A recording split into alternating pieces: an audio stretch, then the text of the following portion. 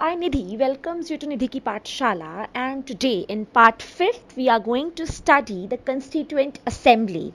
But before that I will request you all to please like, subscribe and share my channel.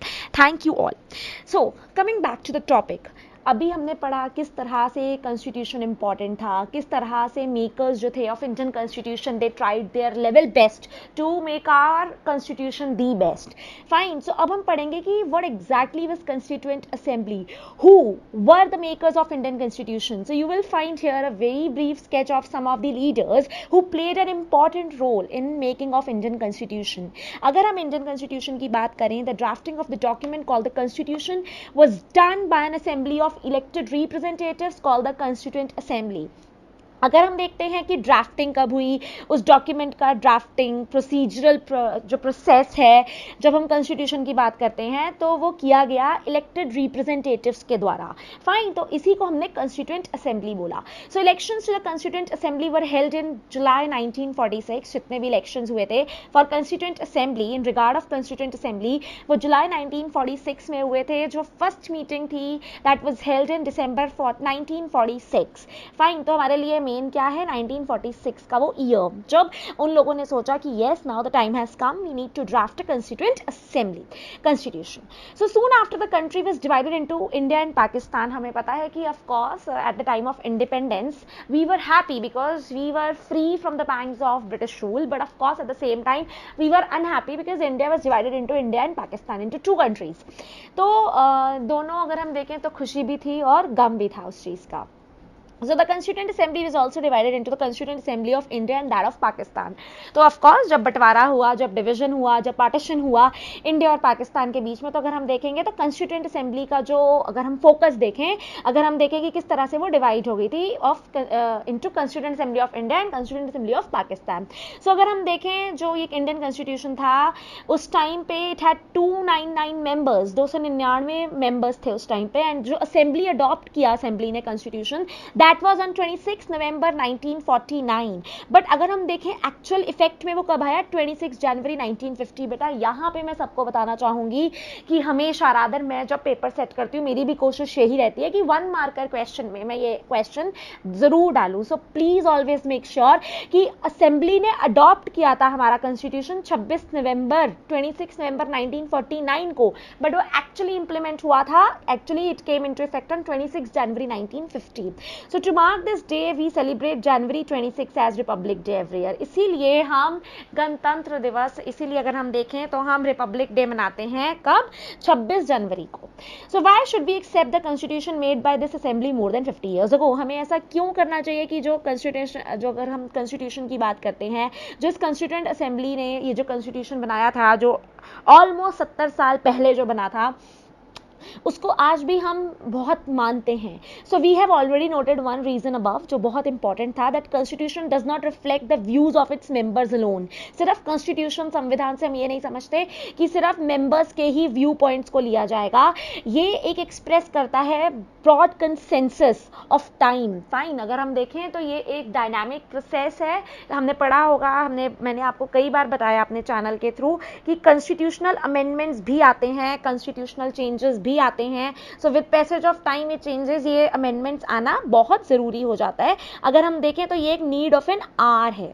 Fine. तो इसीलिए अगर हम देखें so many countries of the world have had to rewrite their constitution afresh because the basic rules are not accepted to all major social groups. अगर हम देखें तो जो रियल, अगर हम पॉलिटिक्स देखेंगे, कुछ ऐसे रूल्स होते हैं जो सब सोशल ग्रुप्स के द्वारा हम उनको देखें तो एक्सेप्ट वो नहीं करते हैं. जो पॉलिटिकल पार्टीज है, कुछ ऐसे रूल्स रेगुलेशंस है जो वो एक्सेप्ट नहीं करती हैं. So in some other countries the constitution exist as a mere piece of paper. So अगर हम देखें अपनी कंट्री में तो संविधान की बहुत वैल्यू है, बट अगर हम देखें दूसरे देशों में तो कॉन्स्टिट्यूशन की उतनी वैल्यू नहीं है. उसको अगर कंसिडर किया जाता है as a mere piece of paper. So no one actually follows it. इसीलिए देखे जाए अगर कॉन्स्टिट्यूशन अच्छा नहीं है, अगर कॉन्स्टिट्यूशन प्रॉपरली फॉर्मुलेट नहीं किया गया, तो ऑफ कोर्स वो कंट्रीज जो इन्हें सिर्फ एक पीस ऑफ पेपर मानती हैं वो कभी भी प्रॉपरली उसको रिकॉग्नाइज नहीं करेंगी. सो अगर हम देखें तो over last half a century, several groups have questions some provisions. अगर हम देखें बहुत सारे ऐसी countries हैं जिन्होंने question करा है कुछ provisions of constitution, but no larger social group or political party has ever questioned the legitimacy of constitution itself. बहुत सारे constitutional amendments अगर हम देखें Indian context में भी आए हैं, but of course ऐसा नहीं है कि legitimacy उसकी अगर हम प्राथमिकता की बात करें कि constitution को प्राथमिकता ना मिले, ऐसा नहीं हुआ. This is an unusual achievement for any constitution, क्योंकि हर कंट्री के कॉन्स्टिट्यूशन में कुछ ना कुछ खामियां होती हैं. कभी कभी ऐसा भी होता है कि कॉन्स्टिट्यूशन को वो एक्सेप्ट ही नहीं करते as a country, as a citizen. But of course India के अगर अंदर हम देखें तो इंडिया में ऐसा कुछ भी नहीं है. Indian people are very intelligent. They know that yes constitution has made some amendments and of course it is for the betterment.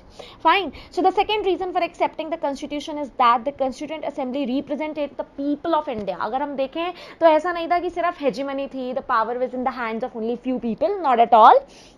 अगर हम देखेंगे तो जो सेकंड रीजन है वो बेसिकली ये था कि कॉन्स्टिट्यूशन जो था उसमें कॉन्स्टिट्यूएंट असेंबली ने उस टाइम पे लोगों को रिप्रेजेंट किया. उन्होंने कहा कि we should represent the people of India. There was no universal adult franchise at that time.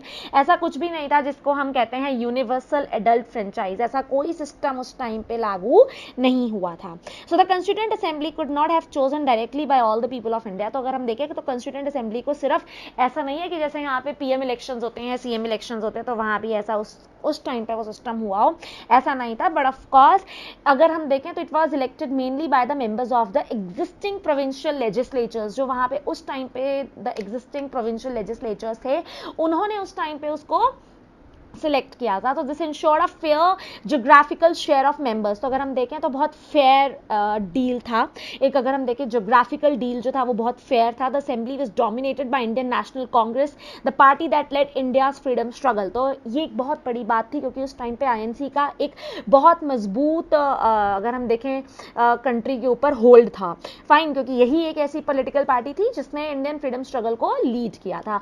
But the Congress itself included a variety of political groups and opinions. But Congress के अगर अंदर हम खुद देखें तो बहुत सारे डिफिकल्ट अगर हम देखें डिफरेंट पॉलिटिकल ग्रुप्स थे, डिफरेंट पॉलिटिकल ओपिनियंस थी लोगों की. जो असेंबली में जितने भी मेंबर्स थे, कुछ लोग एग्री करते थे विद इन कांग्रेस, कुछ लोग नहीं करते थे. Fine. So in social terms to the assembly represented members from different language groups. अगर हम देखें तो उस असेंबली के अंदर डाइवर्सिफिकेशन थी. Different groups, caste, classes, religions and occupation से लोग बिलोंग करते थे. Even if the constituent assembly was elected, अगर हम देखें अगर कंस्टिट्यूएंट असेंबली तब भी इलेक्ट किया जाता by universal adult franchise, its composition would not have been very different. तो अगर उस टाइम पे यूनिवर्सल एडल्ट फ्रेंचाइज का भी यूज होता, अगर यूनिवर्सल एडल्ट फ्रेंचाइज यूज किया जाता as a system, as a mode, तब भी अगर हम देखें तो कुछ बहुत बड़ा चेंज नहीं आता of course. So finally, the manner in which the Constituent Assembly worked gives sanctity to the Constitution. अगर हम देखें तो जो जिस तरीके से Constituent Assembly ने काम करा, उसने एक sanctity दी Constitution को. जो Constituent Assembly था उसने बहुत systematic, open और consensual manner में काम किया, सबका agreement लिया, एक बहुत systematic way में काम किया. ऐसा नहीं था कि haphazard situation थी, chaotic situation थी, बहुत systematic तरीके से काम किया गया था. जब अगर हम बात करते हैं drafting ऑफ कॉन्स्टिट्यूशन की. So first some basic principles were decided and agreed upon. कुछ बेसिक प्रिंसिपल्स के ऊपर बातचीत हुई, डिसीजन लिया गया. और तब ड्राफ्टिंग कमेटी के जो चेयरपर्सन थे, that the person was Dr. B.R. Ambedkar. He himself prepared a draft constitution for discussion. उन्होंने draft constitution बनाया for discussion. बहुत सारे several rounds of thorough discussion took place during draft constitution clause by clause. तो अगर हम देखें तो ऐसा नहीं था कि मजाक था, ये बहुत crucial stage थी और बहुत importantly decisions लिए गए थे. Fine. So अगर हम देखें तो member जो थे they deliberated for 114 days spread over 3 years. 114 days around लिया गया and it just took 3 years almost. Every document presented and every word spoken in the Constituent Assembly has been recorded and preserved. एक word, एक शब्द अगर हम देखें जो Constituent Assembly ने बोला उसको रिकॉर्ड किया गया, उसको प्रिजर्व करके रखा है. And these were called Constituent Assembly debates. When printed, these debates were 12 bulky volumes. और जब वो प्रिंट होके आए तो 12 bulky volumes में उनका प्रिंट हुआ. So these debates provide the rational behind every provision of constitution. तो अगर हम देखें ये डिबेट्स जो है ये बेसिकली हर वो रैशनल बताती हैं कि हमारे कॉन्स्टिट्यूशन के अंदर कौन कौन से प्रोविजंस अवेलेबल हैं, and these are used to interpret the meaning of constitution. So in our last part, in our part 6th, we are going to study guiding values of Indian Constitution, and we are going to study philosophy of the Constitution as well. Fine. तो इसके साथ बच्चों मैं ये chapter भी कोशिश करूंगी कि मैं फिनिश कर दूं. Till then, study very hard.